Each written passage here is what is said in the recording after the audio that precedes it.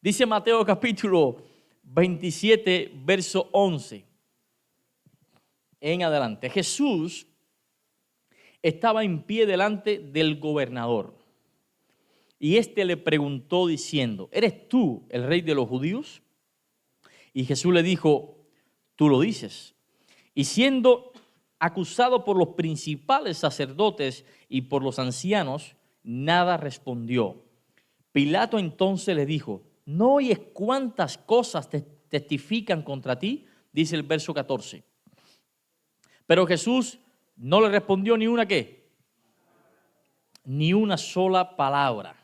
De tal manera que el gobernador se maravillaba mucho. Ahora bien, en el día de la fiesta acostumbraba el gobernador soltar al pueblo un preso, el que quisiesen. Y tenían entonces un preso famoso llamado ¿cómo?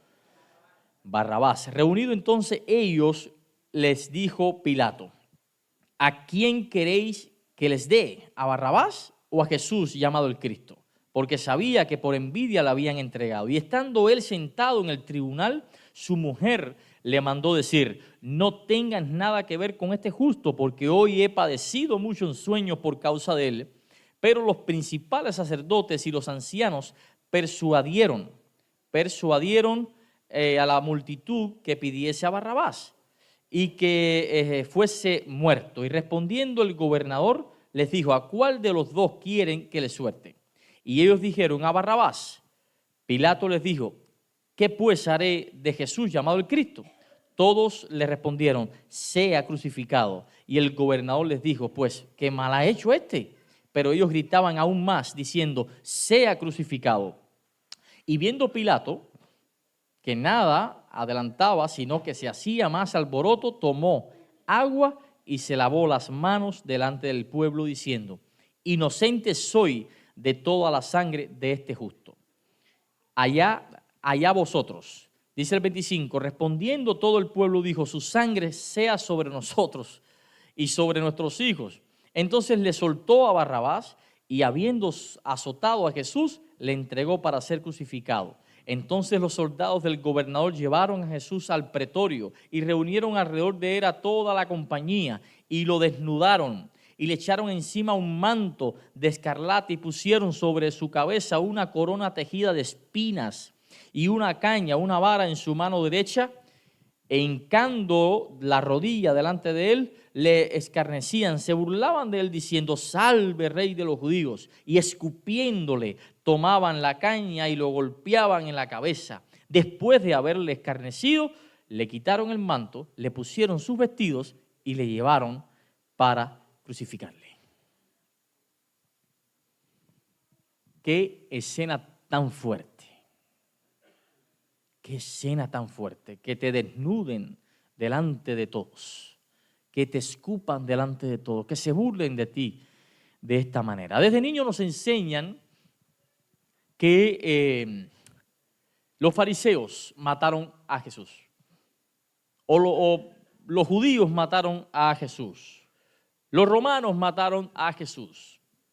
La realidad es que la tarde del viernes fue el escenario donde juzgaron a 3 hombres para ser muertos y muerte de cruz. Los romanos no debían morir con muerte de cruz, debían ser decapitados, porque la muerte en la cruz era algo altamente vergonzoso, reservado para aquellos que eran la escoria de la sociedad. Por eso Pablo fue decapitado, porque tenía doble nacionalidad. Pablo sí tenía papeles, sí tenía documentos, arregló rapidísimo, ¿no? Entonces le cortaron la cabeza porque era romano. Pero Pedro no pudo arreglar papeles romanos y como judío, bueno, pues entonces lo crucificaron como la peor escoria. Ahora aquí se levantan 3 cruces allá en un monte alto llamado Gólgota. ¿Y por qué no lo crucificaron dentro de Jerusalén? La razón es porque Jerusalén para los judíos era una nación santa, era algo extremadamente sagrado y gente como estas no podían morir ahí dentro. Era una vergüenza, era una ofensa que personas enemigas de la nación judía, enemigas también de la nación romana, enemigos de la vida espiritual del pueblo, bueno, pues entonces murieran dentro de una ciudad tan santa. Debían morir fuera y por eso fue que los crucificaron allá en el Gólgota. Y entre ellos estaba ¿quién? Nuestro Maestro Jesucristo.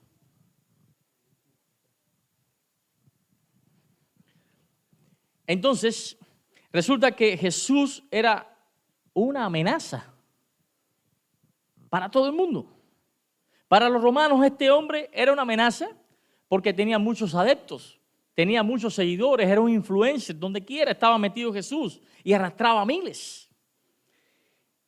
Se proclamaba rey de un reino, aunque después le llegó algún comentario, que otro comentario al gobernador diciendo no, dice que no, que es reino que es un reino que no es de este mundo, pero él no estaba seguro.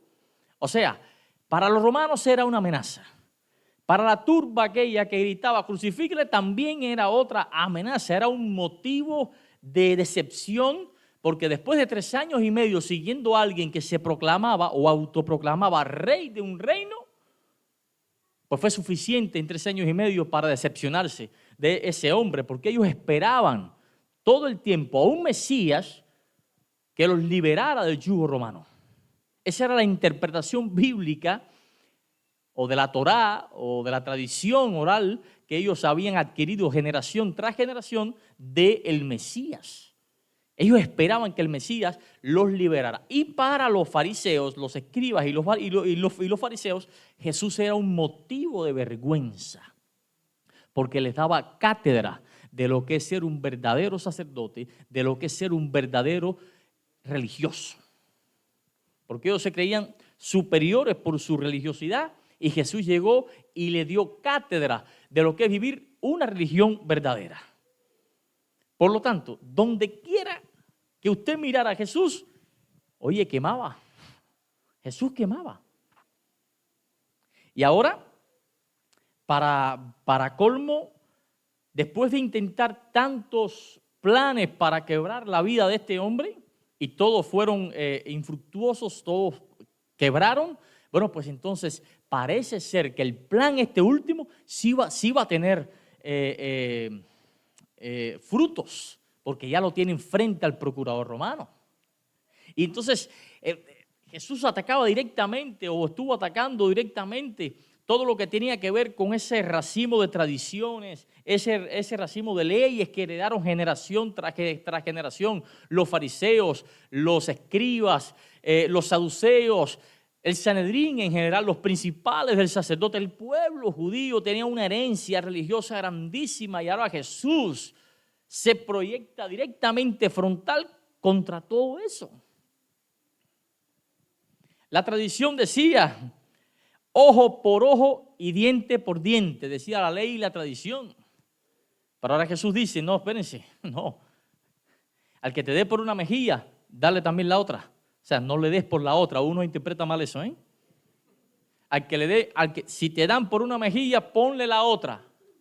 Pero no roja, sino ponle tu propia mejilla. Eso va en contra de lo que le enseñaron a toda esta gente. La tradición y la ley decía de que el sábado no se podía caminar más allá que un tiro de arco. Pero Jesús caminaba a largas distancias en sábado. Es más, ellos interpretaban que hasta hacer milagros era pecado porque implicaba un trabajo. Ellos no podían ni siquiera escupir en el piso porque se hacía lodo y eso era trabajo. Ahora Jesús va en contra de todo eso y no solamente que sana, sino que permite que sus discípulos caminen largas distancias y en medio de esa caminata de larga distancia en sábado recojan espigas en día de reposo. La tarea de recoger espigas no es esto, no, es entrar a un campo abierto de trigo donde quedan pajas allí y entonces comenzar a recolectar. No tenían, por supuesto, porque andaban a pie, andaban de pasada, no tenían herramientas para esto, así que tenían que hacerlo manual. Eso implicaba por lo menos, digo yo, 1 hora para poder recopilar lo suficiente para poder comer. El trigo generalmente, la semilla hay que cocinarla, pero también se puede comer cruda, pero hay que despajar eso. Eso lleva un trabajo, o sea, no es llegar y comer como si fuera una uva, no. Eso implica un trabajo que era tomado como pecado. Pues Cristo lo permitió. La tradición decía que el adúltero debía morir ¿a qué? A pedradas limpias. Debía morir apedreado. Pero ahora le llevan a una mujer adúltera a Jesús, la gente con las piedras en las manos, y le preguntan, y Jesús no la condena. Dice, mira, ni yo te condeno. O sea, era un hombre que se convirtió en un elemento atravesado contra todo lo que se había enseñado, contra toda la concepción, digamos, de iglesia que se tenía hasta el momento. Y lo querían crucificar. Yo les pido a ustedes en el nombre de Jesús que no tomen la misma actitud nunca en el futuro cuando vean a alguien haciendo cosas distintas al modelo que ustedes están acostumbrados, ¿eh? Así, más bien oren por esa persona para ver si Dios lo ilumina más o confirma lo que Dios desea. La tradición decía de que la persona debía perdonar a otra hasta 3 veces. Jesús va en contra y dice, no hasta 3 veces, sino hasta 70 veces 7. ¡Wow! Jesús era caliente. Era una persona incómoda totalmente. Hay que sumarle a esto que hasta el momento, en ese mismo instante, hasta ese momento que Jesús estaba frente a Pilato, habían pasado ya 18 Mesías falsos, 18 gente diciendo yo soy el Mesías y eran unos falsantes. Ahí tenemos en Hechos capítulo 5 como el mismo Gamaliel habla de Judas y de de Teudas. Teudas se proclamó Mesías, reunió a 400 hombres, los llevó a Jordán, prometiéndole como señal evidente de que él era el Mesías, de que él iba a abrir el río Jordán como Moisés abrió el Mar Rojo. ¿Se acuerdan de eso? Y entonces llegaron unos soldados romanos, una guardia romana, y decapitaron al hombre, le separaron la cabeza del cuerpo y ahí quedó el falso Mesías. Judas, también, no el Iscariote, el otro, también se proclamó Mesías y aparte de Mesías era un ladrón, era un bandido, ofendía a todo el pueblo diciéndole cobarde por seguirle pagando impuestos al Imperio Romano y fue muchos historiadores piensan que fue el iniciador, el que empezó el grupo terrorista, por así llamarlo, ¿no? De los celotes, que mataban, que asesinaban soldados romanos, que hacían protestas en contra de esto, que acababan aquello y se metían, hacían actos vandálicos. Judas era el jefe de eso y se autoproclamaba Mesías. Hasta un día que llevó a todo el pueblo a una gran rebelión y murieron en esa misma noche o en esa misma tarde, miles solamente crucificados, murieron cerca de 2000. Y entonces ahora viene Jesús diciéndonos de manera directa, pero diciendo yo soy el Mesías. Por favor, ya la nación judía, ya el Sanedrín y hasta los mismos romanos estaban asqueados de Mesías. Todos eran unos mentirosos. Pero ahora ponen a Jesús frente a Pilato y Pilato ve algo diferente en este otro Mesías. Ahora, ¿por qué el Sanedrín no mató a Jesús y se acabó? La razón es porque en la época Roma le daba autoridad al Sanedrín para efectuar ciertos castigos a personas que hayan cometido algún acto en contra de la vida espiritual y la seguridad del pueblo, pero nunca podían ejercer la pena capital porque eso era solo una prerrogativa reservada para el Imperio Romano. El procurador romano, en este caso, Poncio Pilato, era el que dictaminaba si moría alguien o no. Por eso es que intentan meter a Jesús varias veces en trampas, ¿no? Cuando le llevan a aquella mujer y le dicen, esta mujer fue sorprendida en adulterio, ¿qué hacemos con ella? ¿La matamos o qué? Si Jesús decía que no, bueno, pues automáticamente lo señalaban diciendo que había transgredido la ley de Moisés. Pero si decía que sí, también lo señalaban porque estaba incitando al pueblo a hacer algo que el mismo Imperio Romano había prohibido hacer. O sea, fue una trampa inteligente. Pero Jesús le respondió con una respuesta en inteligencia superior. Si alguno de ustedes está sin pecado, bueno, pues que tire la primera piedra. Y todo el mundo empezó a soltar las piedras, ¿no? Aquí en esta mañana entramos todos sin piedras, gracias a Dios. Porque a pesar de estar llenos de pecado y de mal, hemos sido perdonados por la sangre de nuestro Señor Jesucristo. Y bueno, en fin, llegando Llegó Pilato, se para frente a Jesús, le mira a los ojos. Ya había sido advertido por su esposa de que ese hombre es un hombre justo. Él hace todas las cosas necesarias para no tener nada que ver con la muerte de ese hombre. Pero ve en los ojos de él algo diferente que no vio en los mesías falsos anteriores. Él sabía que este hombre no era un sedicioso, porque cuando los escribas, el Sanedrín, agarró a Jesús, la primera acusación que le dijo el Sanedrín a Jesús era que había blasfemado contra Dios.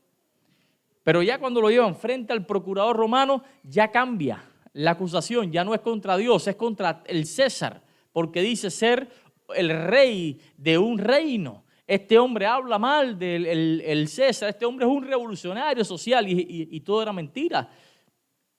Pilato estaba viendo en este hombre que no era un sedicioso, no mataba soldados, no hacía protestas para acabar y hacer actos vandálicos, no robaba, no quitaba, al contrario, daba vida, brindaba amor, daba esperanzas, resolvía problemas a otros, vivía para servir y no se metía en nada contra el gobierno. Al César lo que es de César y a Dios lo que es de Dios. Pilato lo sabía, de modo que él sabía que ese hombre es justo y lo dice.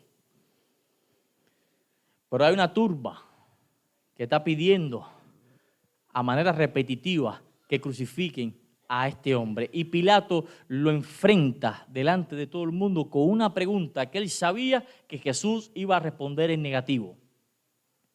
Y le dice: ¿eres tú el rey de los judíos?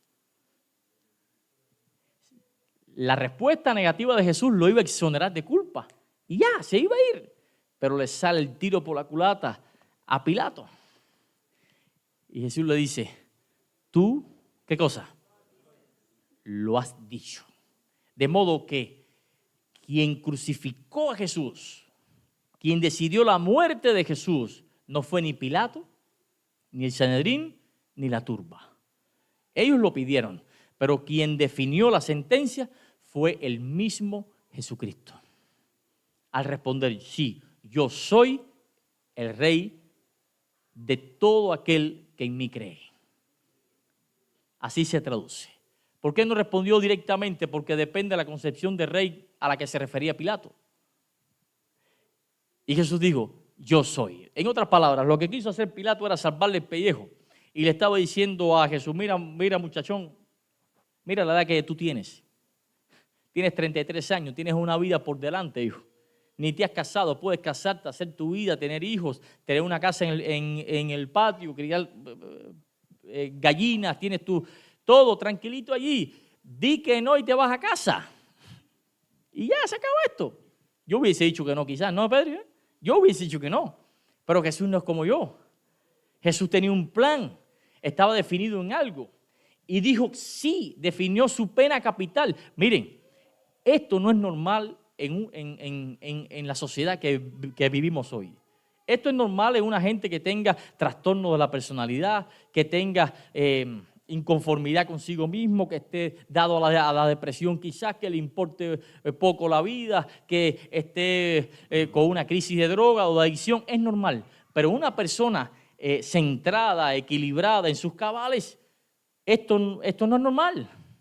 Lo único que justifica la decisión de Jesús, ¿saben qué es? Su pasión, su amor por la humanidad. Jesús decidió morir en ese tribunal, ser juzgado como culpable en ese tribunal humano para que tú y yo seamos juzgados como inocentes en el tribunal del cielo. Y poderle ver cara a cara. En la vida es fácil tener fe al principio, cuando todo va bien, cuando el matrimonio va viento en popa, la economía nos respalda, el negocio va creciendo, la salud, nos sentimos fuertes como caboerianes. Cuando el grupo Huaynatic funciona bien y todos estamos unidos, al principio es fácil tener fe. Se tiene esperanza, ¿verdad? Esa era la fe que tenían los israelitas cuando salieron de Egipto cargados de sueños, de oro, de cosas. Tenían fe de que todo iba a salir bien. Y es fácil tener fe también al final, cuando sabemos cómo terminó todo, cuando vemos el final de la historia, Cuando vemos que sí, se pasó por un trance difícil, pero al final todo terminó y se solucionó. Es fácil tener fe al principio del camino y al final del camino. Lo difícil es mantener la fe a medio camino.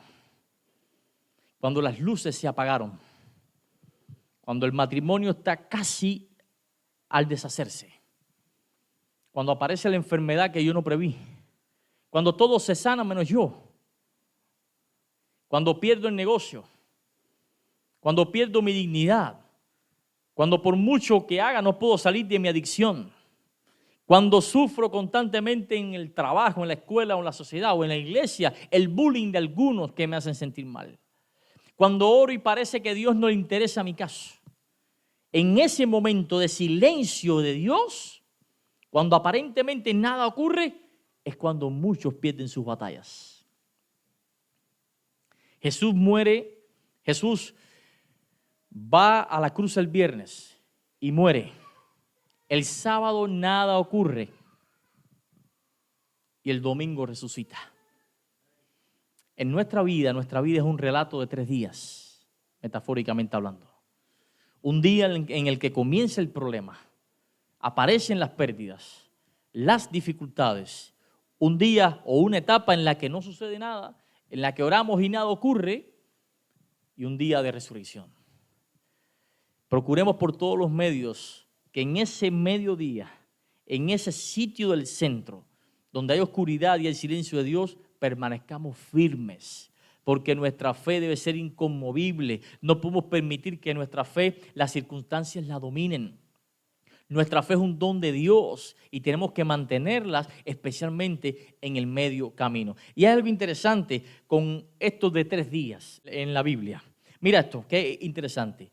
Dios preparó una muerte y una resurrección de Jesús y para eso se tomó ¿cuántos días? 3 días. Abraham fue a su misión con Isaac encontrando lugar para el sacrificio a 3 días de camino. Los hermanos de José fueron puestos en la cárcel y los libera al 3er día. Rahab esconde a los espías israelitas diciéndole que estarán seguros el 3er día. Esther ora, ayuna y al 3er día tiene una cita importante con el rey y salva al pueblo judío. En la cárcel José dijo al copero que el 3er día el faraón lo devolvería a su cargo. Moisés dijo a Faraón, tenemos que hacer un viaje de ¿cuántos días? De 3 días para ofrecer sacrificio a Jehová. Cuando por fin Israel llegó al Sinaí, Dios le dijo al pueblo que se consagren y que se preparen para el 3er día. Cuando Israel llegó a las inmediaciones de la tierra prometida, Dios dijo a Josué y al pueblo, esfuérzate y sé valiente y en 3 días cruzarán el Jordán. Oseas dijo al pueblo, volvámonos a Jehová, en 2 días nos dará vida y el 3er día viviremos en su presencia. Hay algo con estas 3 etapas de la vida. Y estos relatos todos tienen un mismo patrón. Cuando yo los miro, veo que el primer día se sabe cómo comienza. El segundo día hay un silencio tremendo. Pero en la tercera etapa hay victoria en Dios. Alguien tiene que decir amén. Estamos todos enfrentando dificultades, ¿sí o no? Bueno, pues si estás en tu etapa de silencio, te digo que queda el 3er día. Jesús muere.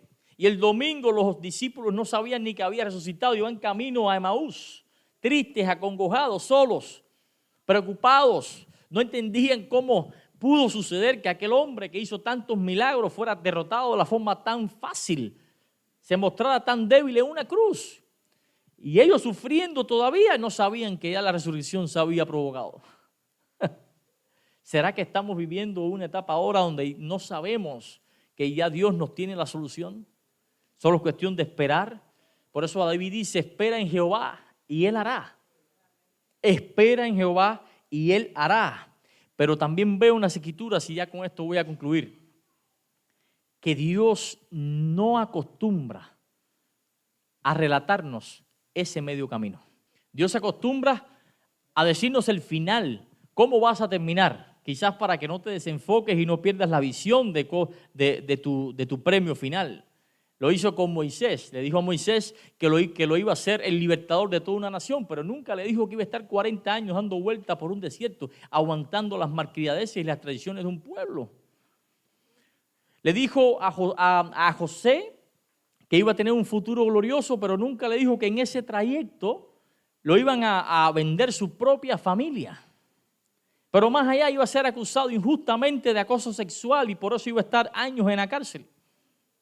Le dijo a María que no tema porque iba a ser la madre del Salvador del mundo, la madre terrenal, que en su vientre llevaba la simiente de salvación, pero nunca le dijo que iba a ser estigmatizada como adúltera o fornicaria.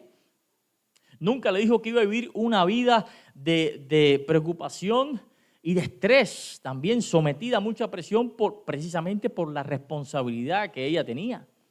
Nunca le dijo que iba a ver a su hijo morir de la manera en que vio morir a su hijo. Y los que han perdido hijos saben de lo que estoy hablando. Y hoy a ti, Dios quizás no te ha revelado la etapa del centro, el trayecto hacia la meta final. Pero te lo voy a decir yo, el final, no el trayecto. Te espera una corona de vida y eso no se cambia por nada. Esta etapa que estás viviendo va a pasar. No llegó para quedarse, llegó para irse. Me gustan las fábulas y estuve leyendo una fábula de 3 árboles, Pedrito. 3 árboles, pequeñitos, que cuando niños tenían, en esa primera etapa de la vida, tenían sueños, grandes sueños. Y uno decía, cuando yo sea un árbol grande, quiero convertirme en una caja, en un baúl que albergue un gran tesoro y así soy millonario. El otro árbol dijo, no, yo cuando sea grande, yo quiero convertirme en un gran crucero para navegar los 7 mares y así conocer el mundo entero y que la gente me mire y vea grandeza. Y el tercer árbol dijo, bueno, pues yo quisiera voy a ser más espiritual que ustedes, vaya. Yo quiero yo quiero que me dejen en esta misma montaña alta y cuando todos me miren, ser un emblema de fe, de amor y de fidelidad. Y el tiempo fue pasando. Y el árbol, cuando ya los árboles estuvieron ya grandes, robustos, el árbol que había soñado con ser una caja que albergara un gran tesoro, fue convertido en un comedero de animales. El otro árbol que soñaba con ser un gran crucero y navegar por los 7 mares, llegaron unos leñadores, cortaron su tronco y lo convirtieron en un bote burdo que navegaba por un pequeño lago sin importancia. Y el tercer árbol, que soñaba con ser un gran emblema espiritual donde todos lo miren y vean la gloria de Dios, bueno, pues terminó siendo unas toscas vigas tiradas en la esquina de un almacén. Y pasó el tiempo y se quejaban. Estaba en esa zona central, en ese tiempo de silencio, diciendo, pero ¿cómo es posible? Mi vida no se parece en nada a la que soñé. ¿Qué fue lo que hice mal? No hubo tiempo para mí para rectificar y para otros sí. Y no hacían otra cosa que quejarse.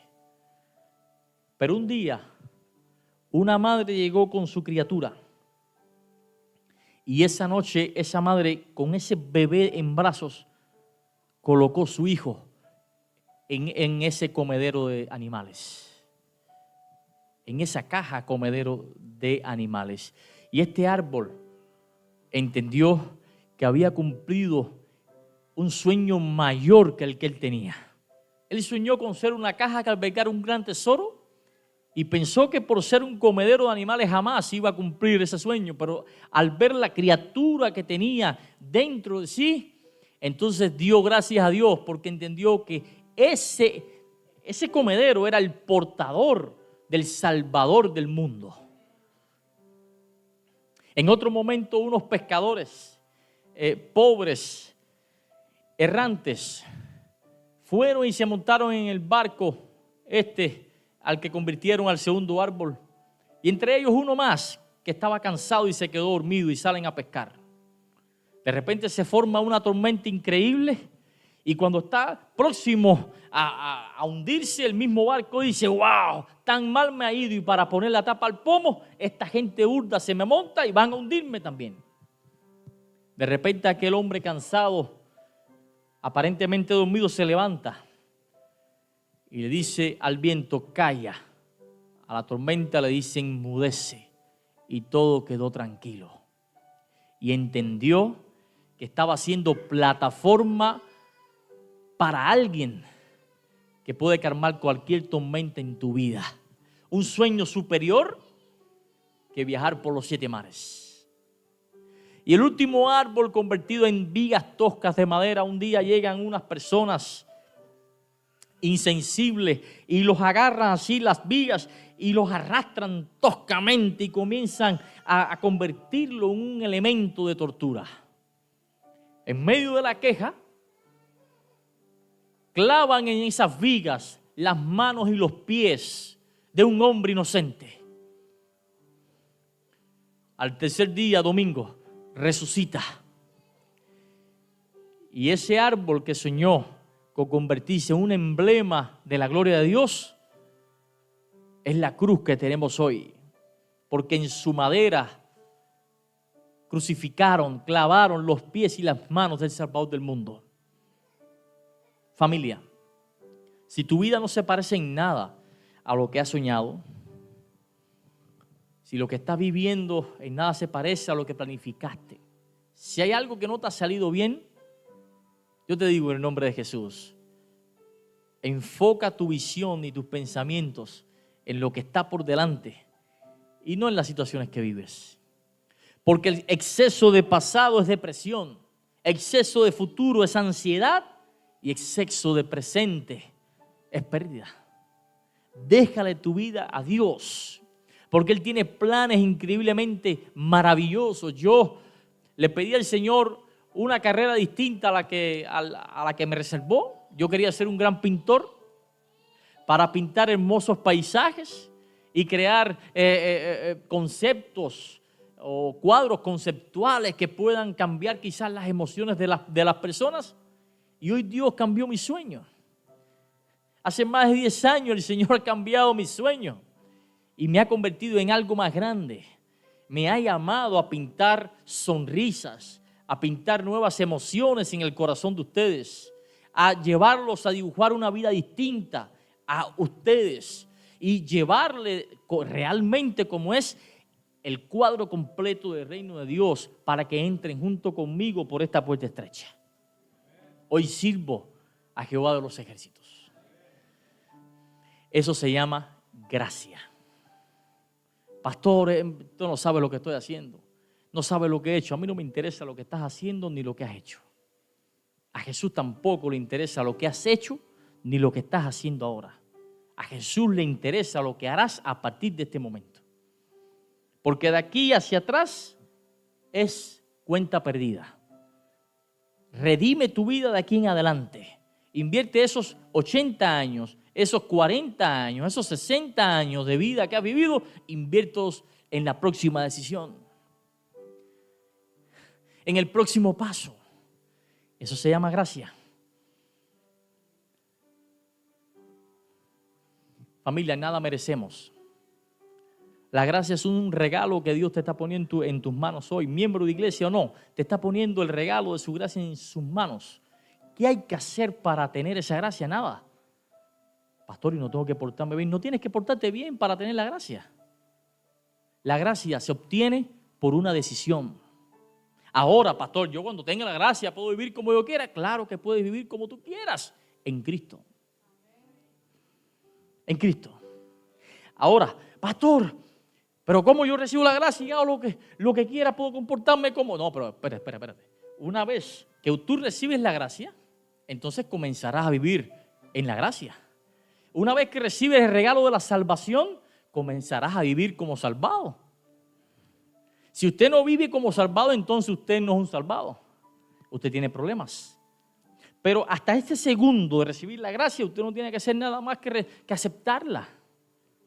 A partir de ahí entonces comienzas a vivir en la gracia como una persona salvada.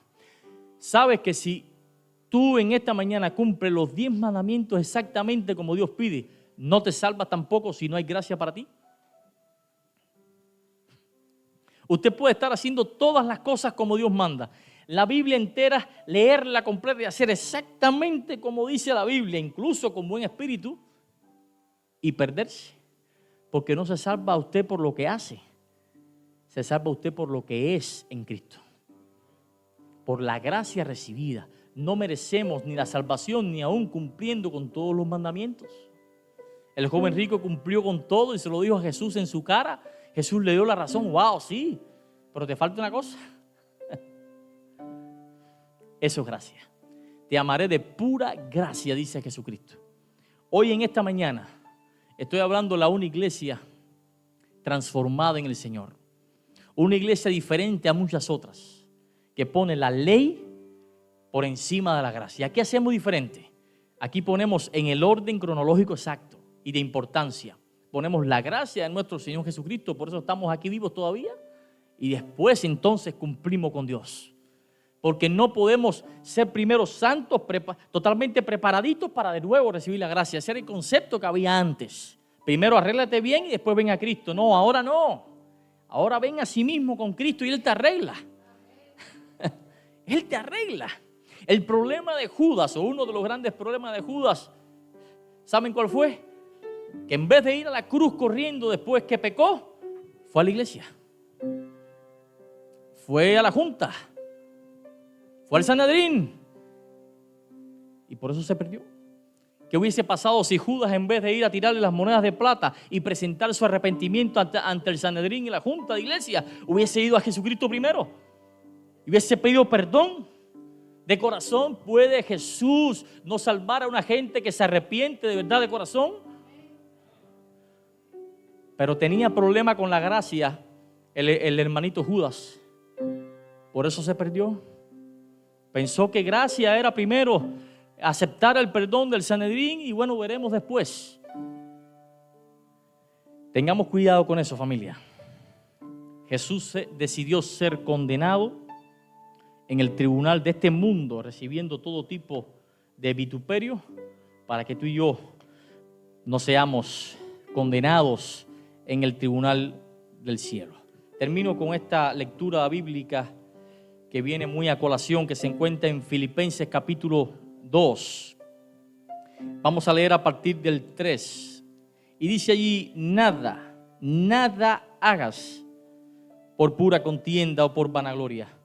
Antes bien hagan todo con humildad, estimando a cada uno de los demás como superiores a uno mismo, no mirando cada uno por lo suyo propio, sino cada cual también por los de otros. Y haya pues este sentir en ustedes que hubo también en Cristo, el cual siendo en forma de Dios, no estimó el ser igual a Dios como cosa que aferrarse, sino que se despojó de sí mismo, tomando forma de siervo, hecho semejante a los hombres, y estando en la condición de hombre, se humilló a sí mismo, haciéndose obediente hasta la muerte y muerte de cruz.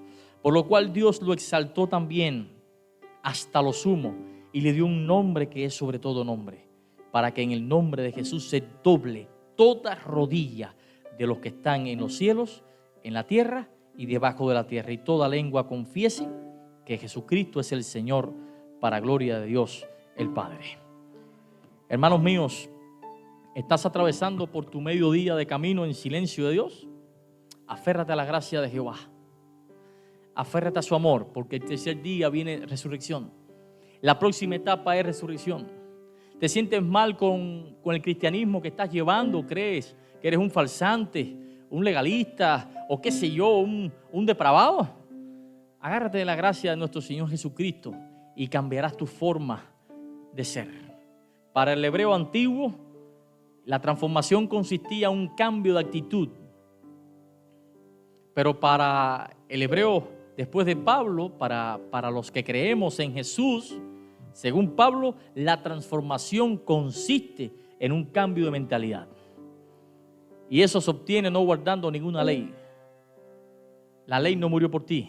Se obtiene en compañerismo con Jesucristo, que te va a ayudar, te va a inducir a guardar la ley. Cuando tú aceptas a Jesucristo de verdad en tu corazón, Él va a producir en ti tanto el querer hacerlo como el hacer para su buena voluntad. Mientras tú lo hagas por tu voluntad, familia, porque tú quieres hacerlo, porque es lo que tienes que hacer, porque vas a ganar más mérito, estás perdiendo el tiempo.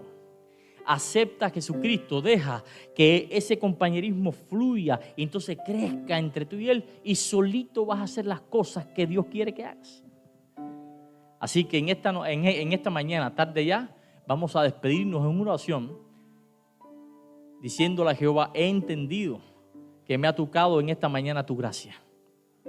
He entendido que a pesar de que estoy en mi medio camino, pasando por dificultades, por vituperios, por malos momentos, por temores, estoy convencido que tú estás conmigo y eso me va a propiciar un tercer día de resurrección y de victoria. He entendido en esta mañana que no tengo que hacer nada para ganarme el cielo. El cielo no es una medalla porque te portaste bien. El cielo es un regalo. Y he entendido que ahora que te acepto, Jesucristo, en mi corazón, tú eres quien vas a producir los cambios en mí y ya no soy yo. Es Cristo quien vive en mí. Quien quiere decirle eso a Jesús, no pierda la oportunidad y póngase de pie y vamos a hablar con ese Jesucristo.